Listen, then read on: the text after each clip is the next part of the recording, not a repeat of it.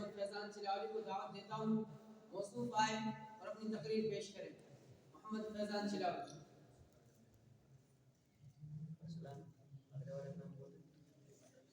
اور ان کے بعد اگلے مستحی محمد شمعون اسٹیج پر آ جائیں.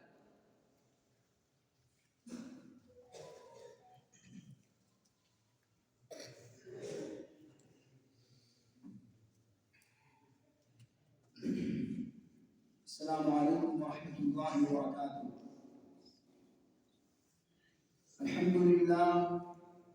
الحمد للہ کفا وسلام علی عباده الذین اصطفى. اما بعد فقد قال الله تبارك وتعالى في القرآن المجيد والفرقان الحميد. اعوذ بالله من الشیطان الرجیم. بسم اللہ الرحمن الرحیم. وما ارسلناك الا مبشرا ونذيرا. صدق اللہ العظیم. کہ محمد سے وفاتونے تو ہم تیرے ہیں. کہ محمد سے وفاتونے تو ہم تیرے ہیں. یہ جہاں چیز ہے کیا لوح و قلم تیرے ہیں. صدر ذی وقار اور حکم صاحبان اور مہمان اعظام اور اساتذہ اکرام اور میرے عزیز ساتھیوں، میں آج کے ثقافتی پروگرام میں سیرت مصطفیٰ صلی اللہ علیہ وسلم کے متعلق عرض کرنا چاہتا ہوں، اس امید کے ساتھ کہ آپ حضرات میری باتوں پر غور سماعت فرمائیں گے. حضرات، جب اسلام فاران کی چوٹی سے پھیلنا شروع ہوا اور آپ صلی اللہ علیہ وسلم اپنی روشنی سے دنیا والوں کو منور کرنے میں لگے تو باطل پرستوں میں کھلبلی مچ گئی. ساری طاقت و قوت دل و دماغ نور اسلام کو بجھانے میں صف کرنے لگے. راستے میں کانٹے بچھا کر، تپتی ہوئی زمین پر سلا کر، آگ کے انگاروں پر لٹا کر، پھانسی کے پھندوں پر چڑھا کر، ہر بار کو اجاڑ کر پیارے نبی صلی اللہ علیہ وسلم کی آواز کو دبانے کی کوشش کرنے لگے. مگر حق کی آواز روز بروز بڑھتی گئی. حضرات، سن 7 ہجری نبوی محرم کا مہینہ ہے کہ مکہ کے تمام لیڈروں نے مل کر ایک میٹنگ کی جس میں ابو جہل نے پوری قوم کو للکارا کہ غیور عربو، جس کو ہم بچے کا کھیل سمجھ رہے تھے، وہ آج ہمارے دین اور عزت و آبرو کے لیے ایک طوفان بن چکا ہے. جس دین کا محمد چرچا کر رہے تھے، ان کے ماننے والوں کی تعداد روز بروز بڑھتی جا رہی ہے. ہمارے خداؤں کی توہین کی جا رہی ہے، ان کو جھٹلایا اور ٹھکرایا جا رہا ہے. اسی لیے اے عرب کے بہادروں، اپنی پوری طاقت و قوت کے ساتھ آگے بڑھو، ورنہ وہ دن بھی دور نہیں کہ مکہ سے ذلیل و خوار ہو کر نکلنا پڑے گا. ابو جہل کی اس تقریر نے لوگوں کو گرما دیا. لوگوں نے طرح طرح کی تدبیریں پیش کی، مگر بڑی دیر کے بعد یہ ہولناک تدبیر پاس ہوئی کہ محمد اور ان کے ماننے والوں کا بالکل بائیکاٹ کر دیا جائے. ان سے خرید و فروخت، سلام و کلام، لین دین بالکل بند کر دیا جائے. چنانچہ ایک عہد نامہ لکھ کر خانہ کعبہ کی دیوار پر لٹکا دیا گیا. یہ فیصلہ پوری قوم کا فیصلہ تھا. اس کے خلاف کسی کو کرنے کا اختیار نہیں تھا، نہ کسی کی مجال تھی. مسلمانوں کے شعبے ابی طالب میں بند کر دیا گیا.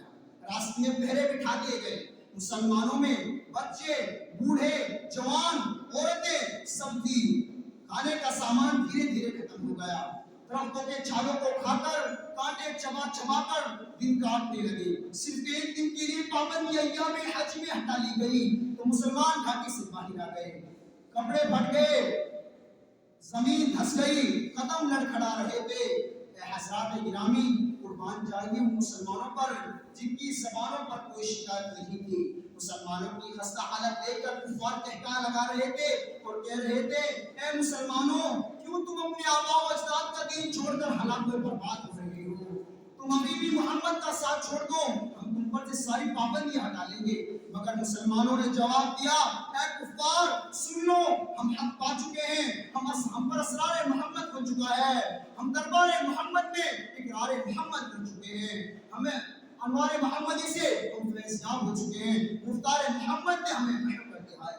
لہٰذا ہم طوفان سے ٹکرا سکتے ہیں، خون کا دریا بہا سکتے ہیں، آگ کے انگاروں پر لیٹ سکتے ہیں، بھوک کی وجہ سے تن توڑ سکتے ہیں، مگر مصطفیٰ کی رسالت کا انکار نہیں کر سکتے. اس ابتدائی آزمائش کے بعد پورے 3 سال مکمل ہونے والے ہیں.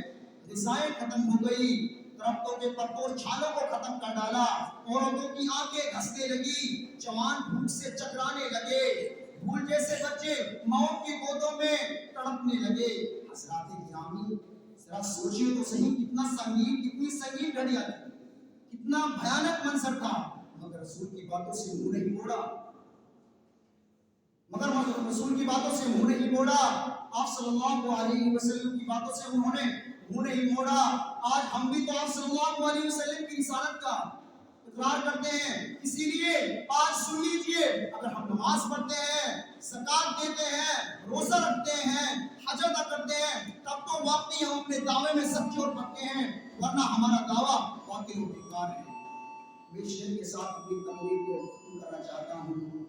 وہ آ گئے تو آ گیا دنیا میں انقلاب، وہ آ گئے تو آ گیا دنیا میں انقلاب، اجڑا ہوا چمن تھا گلستہ کر گئے، وآخر دعوانا اس کے بعد میں اگلے مصاحب محمد شمعون کو دعوت دیتا ہوں، موضوع آئے